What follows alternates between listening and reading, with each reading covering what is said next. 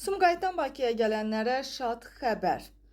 Gündəm xəbərin efirində bir xəbər diqqətinizə çatdırırıq. Bugün 24 oktyabr tarixidir. Belə ki, Sumqayıt və Xırdalan şəhərləri, eləcə də Masazır qəsəbəsindən Bakı istiqamətinə gələn avtobusların Masazır dairəsindən keçməklə rahat və maneəsiz hərəkətlərini təmin eləmək üçün sözü gedən dairədən başlayaraq xüsusi hərəkət zolağı təşkil olunub. Bu barədə Rəqəmsal İnkişaf və Nəqliyyat Nazirliyi yanında Azərbaycan Yerüstü Nəqliyyat Agentliyinə istinadən məlumat veririk və məlumata əsasən yeni zolaq artıq effektiv sübut eləyib və Bakı-Sumqayıt şosesindəki mövcud avtobus zolağına birləşdirilib.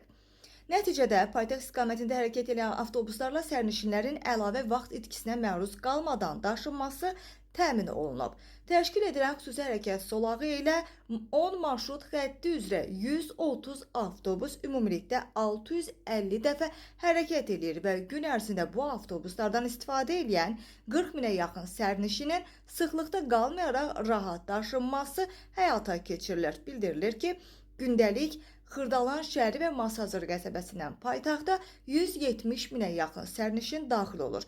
Bundan əlavə, eyni zamanda görülən işlər çərçivəsində Tbilisi prospektində mövcud olan xüsusi hərəkət zolağının əhatəliliyi də genişləndirilib və əlaqəlilik təmin olunub. Belə ki, prospektin 20 yanvar dairəsindən Əbdülvahab Salamzadə küçəsinə qədər olan hissəsində xüsusi hərəkət zolağı təşkil olunub və avtobusların bu ərazilərdə sıxlıqda qalmasının isə qarşısı alınıb.